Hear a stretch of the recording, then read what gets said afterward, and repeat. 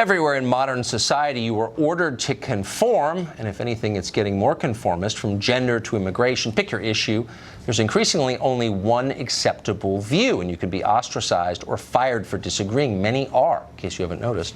University of Toronto professor Jordan Peterson stands dramatically against this tide.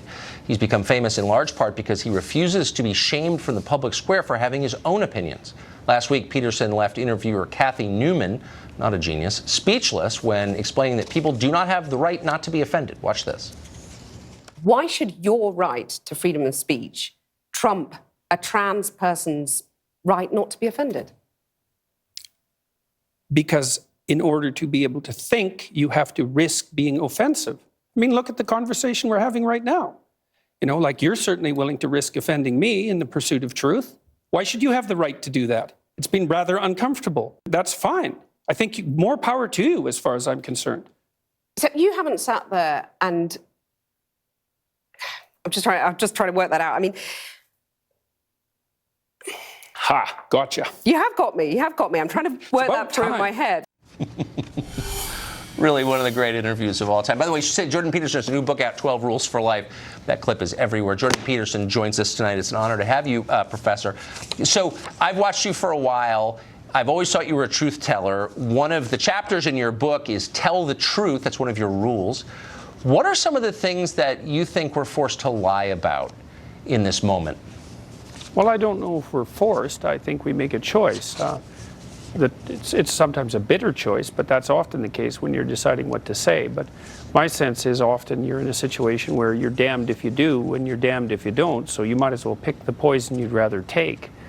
And you have a moral obligation to do that. So, you know, if you're going to say something unpopular and you're going to get attacked for it, that's a risk, but to shut up and pretend that you think something different is to warp your soul, and that's a much bigger risk. So yes, it is.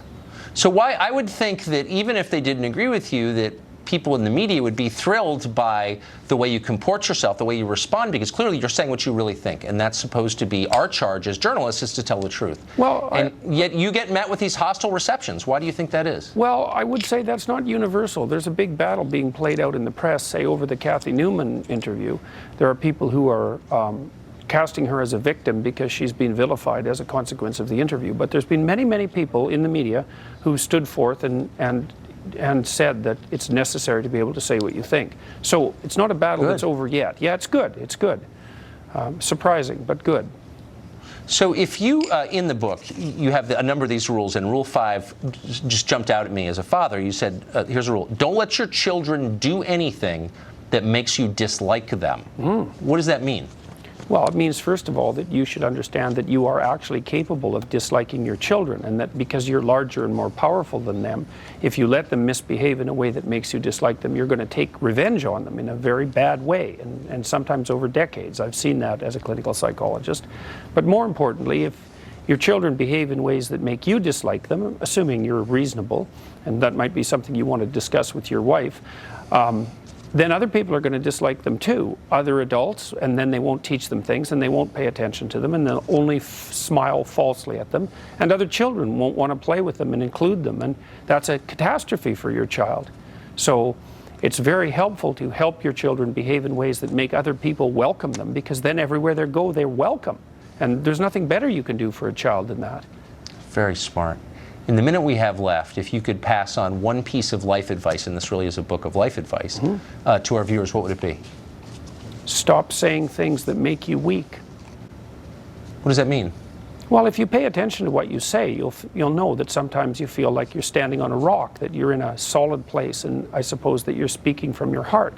And other times you're saying things just to look good and just to buttress your particular status at the time, and that makes you feel weak. You sell yourself out. And if you pay attention to what you say, you can tell when you're making yourself stronger, and you can tell when you're making yourself weaker. And unless you want to be weaker, then I would say it's best to say those things that make you strong. And you can learn to do that, and it's really useful. So I would recommend practicing that, because it's good for you and good for everyone else too. And